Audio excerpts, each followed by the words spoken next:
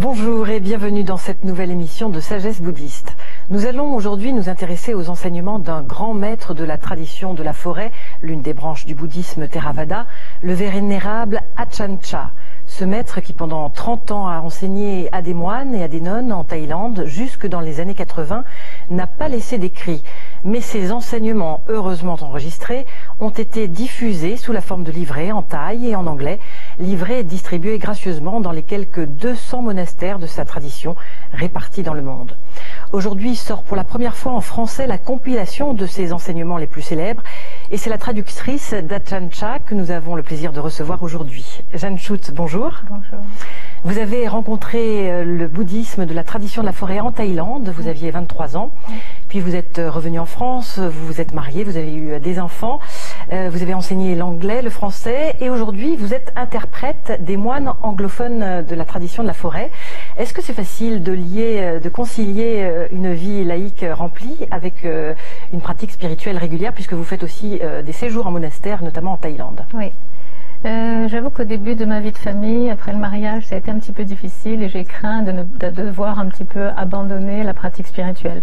Mais heureusement, j'ai retrouvé un groupe d'amis qui organisait des réunions de méditation régulièrement, des sessions d'une semaine, de 10 jours. Et j'ai eu la chance, à la fin de la première session de méditation, que l'enseignant dise « À partir de maintenant, il serait bon que vous pratiquiez chez vous. Mais n'essayez pas de caser 1 heure de méditation le matin, 1 heure de méditation le soir. Dans votre emploi du temps actuel, vous n'y arriverez pas. Il va falloir au contraire mettre la pratique spirituelle au centre de votre vie et à partir de là, réorganiser votre vie. » Et c'est comme ça que je l'ai ressenti juste et je l'ai pratiqué.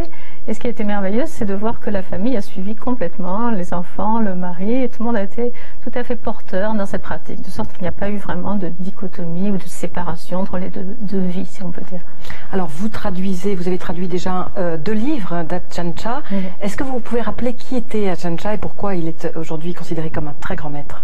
Alors Ajahn Chah, au début, était un simple moine très modeste du nord-est de la Thaïlande. Mais il avait des caractéristiques humaines, personnelles très particulières. Il était déterminé, il était extrêmement honnête et il avait surtout une foi immense dans les enseignements du Bouddha. Il s'est dit, il s'est fait initier comme novice à l'âge de 9 ans, puis il a dû repartir à sa ferme natale, et puis finalement à 20 ans, ses parents ont accepté qu'il soit vraiment moine.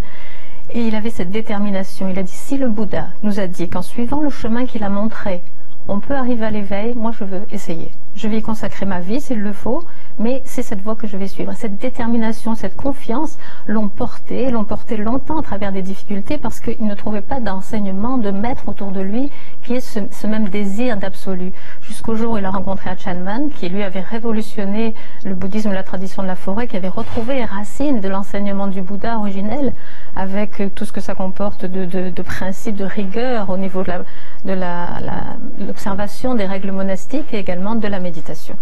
Inspiré par cette rencontre avec Ajahn Mun, Ajahn Chah est reparti dans la forêt et très vite il a trouvé l'éveil. Il est devenu quelqu'un de rayonnant d'humour et rayonnant aussi de compassion, et sa manière d'enseigner était pleine de compassion mais des fois difficile. Des fois il avait de l'humour et puis des fois il était féroce. Il n'avait aucune pitié, par exemple, pour des personnes corrompues, des policiers qui venaient faire un don au monastère et estimaient qu'avec ça, ils avaient contrebalancé, on pourrait dire, toutes leurs actions malhonnêtes. Et Ajahn Chah insistait bien, ce n'est pas le cas.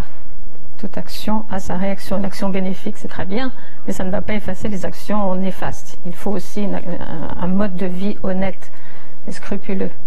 Alors, ces enseignements ont été rassemblés sous le titre de Vertu et méditation. Est-ce que vous pouvez nous détailler un petit peu plus le thème de ce livre? Alors, en réalité, comme je vous ai dit, c'est une compilation de livres qui avaient donc différents thèmes et différentes occasions. Ils avaient été distribués à différentes occasions. La version anglaise a été compilée de telle sorte que le moine qui a fait cette compilation a réorganisé, si on peut dire, le thème de chacun de ces petits livrets individuels sous forme de vertu, méditation et sagesse. Donc 3 grands thèmes qui correspondent à la voie octuple du Bouddha. Il y a 8 éléments regroupés sous ces 3 thèmes. Donc comme le livre américain était un peu gros, quand nous l'avons traduit en français, on a choisi d'en faire 2 livres. Donc le premier qui vient de paraître, Vertu et méditation, et le second, Méditation et sagesse, qui devrait paraître l'année prochaine. Qu'est-ce qu'enseigne Ajahn Chah sur la vertu? Alors, La vertu au quotidien, on pourrait dire, c'est l'application des préceptes. Les préceptes de vie qui sont s'abstenir de faire le mal, donc s'abstenir de tuer, s'abstenir de voler, de mentir, d'avoir des relations sexuelles irresponsables, ou de se brouiller l'esprit avec en prenant de l'alcool ou des drogues. Tout ça sont les principes, les préceptes, mais les gens les connaissaient en Thaïlande. Donc quand on a les enseignements d'Ajahn Chah, on n'a pas vraiment la répétition développée de ces préceptes. Mais il en prenait un et il le développait jusqu'à parler de vérité absolue. Par exemple, en parlant de ne pas voler, il disait ne pas voler, c'est la moindre des choses. Si on n'est pas un animal qui va s'emparer de ce qui le tente, la moindre des choses, le respect de soi, c'est de ne pas voler. Mais il faut aller au-delà. Le contraire de ne pas donner, c'est être généreux. De ne pas voler, pardon, c'est être généreux. Et donc, il encourageait la générosité. Il parlait de donner, et parlait aussi de pardonner. Et là, non pas seulement au niveau matériel, mais au niveau relation humaine, pardonner. Et à la fin, de s'abandonner. Donc, de lâcher au bout du chemin le soi, l'ego. Donc vous voyez, il utilisait les préceptes pour aller jusqu'au bout du chemin. J'ai une petite anecdote à vous raconter par rapport à ne pas tuer. Donc une fois, il avait la visite d'un jeune soldat américain qui avait entendu parler de ce monastère dans la jungle. Il est arrivé, il avait un petit entretien avec Ajahn Chah et un traducteur. Et pendant l'entretien, un moustique l'a dérangé et il l'a tué. Il l'a écrasé sur son bras. Et le moine qui traduisait était très choqué. Il lui a dit, mais enfin, on ne tue pas les insectes, en plus dans un monastère et devant le maître. Et l'homme a dit, enfin, faut pas exagérer, un moustique quand même. Et là, Ajahn Chah est intervenu gentiment à sa manière toute douce et il a dit, pensez exterminer tous les moustiques de Thaïlande de cette manière? Et donc voilà, il avait cette manière de prendre les gens à contre-pied et de les mettre dans un instant de silence. Mais qu'est-ce qu'il veut dire par là? Et donc d'ouverture et de capacité de se poser des questions, de travail sur soi. Alors, est-ce que les préceptes, justement, sont incontournables, nécessaires à la méditation? Disons que toute personne qui se pose pour méditer, ne serait-ce que la première fois, s'aperçoit que son cerveau est plein de pensées, et les pensées vont défiler comme ça. Mais si nous avons en plus mal agi, mal parlé, si nous avons des remords d'une action, par exemple j'ai envoyé mon fils à l'école en lui faisant une remontrance exagérément sévère, par exemple, je vais m'asseoir en méditation et ça va remonter. Et ça va remonter et ça va être un train de pensée qui va m'empêcher de trouver le silence propice à la concentration et donc au travail sur la sagesse. Par contre, si j'ai l'esprit tranquille, j'ai agi bien, je suis quelqu'un d'honnête, un comportement sain, honnête, vertueux, on pourrait dire, mais simplement sincère, au moment où je m'assois en méditation, bien sûr, il va y avoir des pensées du style « Tiens, j'aurais dû faire la vaisselle avant de m'asseoir », mais ce ne sera pas une pensée qui va m'occuper pendant très longtemps, je vais la lâcher facilement, vous voyez. Donc l'intérêt de pratiquer les préceptes, c'est simplement d'avoir une vie saine et simple, qui nous simplifie la vie. Les préceptes sont là pour simplifier. Ils nous donnent aussi l'occasion de développer l'observation, parce que quand on s'engage à essayer de ne pas tuer, par exemple, au moment où on est sur le point d'écraser un moustique, je me suis dit que je ne devais pas tuer.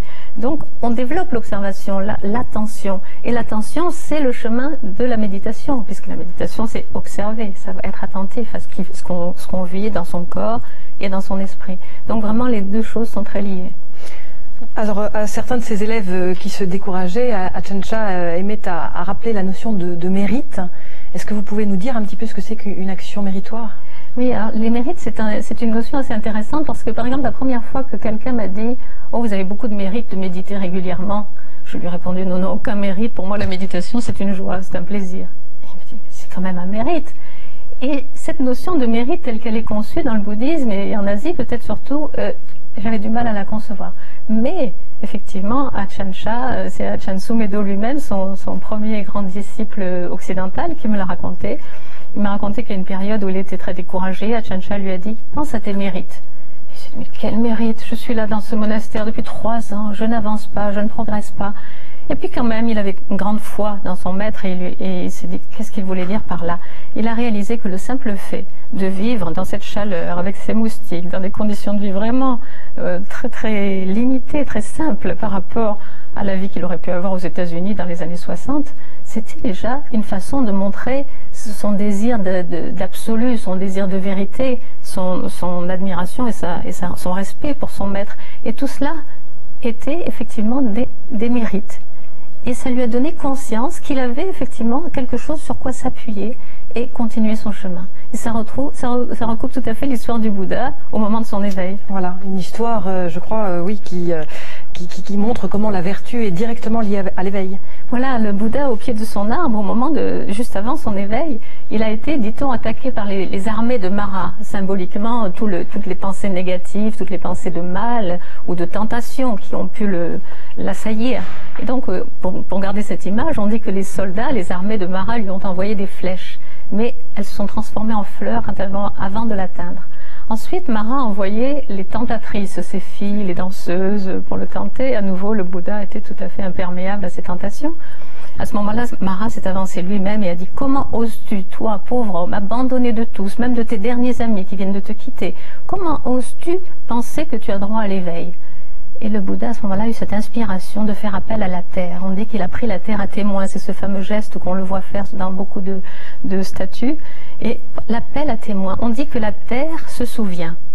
Et donc la terre avait gardé la mémoire de tous les mérites, de toutes les vies très vertueuses qu'il avait pu avoir dans les vies antérieures. Et donc tous ces mérites s'étaient accumulés. On dit à ce moment-là que la déesse de la terre est sortie et qu'elle a tordu sa chevelure, et que cette chevelure était pleine d'eau, de cette eau qui représente l'accumulation des mérites versés dans la terre. Et il y avait tellement d'eau, donc tellement de mérites, que cette eau a chassé les armées de Mara. Et là, on voit à quel point les mérites, donc le fruit des actions vertueuses, sont liés à une pratique et nous amènent à l'éveil. Et prouvent que l'être humain, par un comportement vertueux, arrive à l'éveil, c'est possible. Pour conclure, quel est le lien qui existe entre la vertu, la méditation et la sagesse ? Alors oui, c'est intéressant de voir qu'on dit toujours vertu, méditation, sagesse, comme si ça allait dans ce sens-là. Quelqu'un de vertueux va pouvoir avoir des facilités à méditer et la méditation va entraîner la sagesse. Mais il est très intéressant de noter que dans le fameux octuple sentier que le Bouddha a montré, ce sont les deux vertus de sagesse qui apparaissent en premier. Ensuite, les deux qualités de sagesse, c'est-à-dire le regard juste sur les choses et la pensée juste. Et à cela suit la vertu et la méditation. Et pourquoi cet éclairage est intéressant? Parce que quelqu'un qui aurait uniquement une pratique vertueuse, par exemple, je suis quelqu'un qui ne ment pas, qui ne vole pas, qui ne triche pas, je vais m'approprier sur un plan égotique ces qualités. Quelqu'un qui médite et qui a des capacités naturelles de concentration va même arriver à des états d'absorption profonde. Il va se dire, il va peut-être même avoir des pouvoirs. Des pouvoirs, ça arrive quand on pratique la concentration. Et s'approprier ces pouvoirs. Mais sous l'éclairage de la sagesse qui vient en premier, c'est-à-dire cette conscience qu'il n'y a rien de personnel dans ce que nous faisons, à ce moment-là, on ne va pas s'accaparer des vertus que l'on va développer, ni des potentiels ou des choses que l'on va découvrir dans la méditation. Donc cet éclairage est important, mais il est évident que c'est aussi imbriqué et qu'à la fin on obtient la sagesse qui mène à la vérité ultime. Donc la sagesse est partout. Merci Jeanne Schutt, merci de nous avoir éclairé un petit peu sur les trois pôles fondamentaux des enseignements d'Ajahn Chah, vertu, méditation et sagesse. Pour approfondir cette émission, à lire bien sûr les enseignements d'un maître de la tradition de la forêt, d'Ajahn Chah, le premier des deux livres intitulé Vertu et méditation, traduit donc par Jeanne Schutt, qui vient de paraître aux éditions Sully. C'est la première fois qu'autant de textes de ce grand maître sont édités dans un seul livre en français. À la source de la parole du Bouddha, chez Pocket, il s'agit d'une anthologie des phrases essentielles du Bouddha, présentée et préfacée par Fabrice Midal. Les chemins de la grandeur et de l'histoire, selon la voix de Bouddha, également en poche Pocket et toujours présenté par Fabrice Midal. Il a rassemblé ici des textes sur la voie et sur la façon d'entreprendre le chemin pour y parvenir. C'est la fin de cette émission. Vous pouvez la retrouver sur le site France 2, rubrique Programme, puis Les chemins de la foi. Merci de nous avoir écoutés. Très bon dimanche et excellente semaine.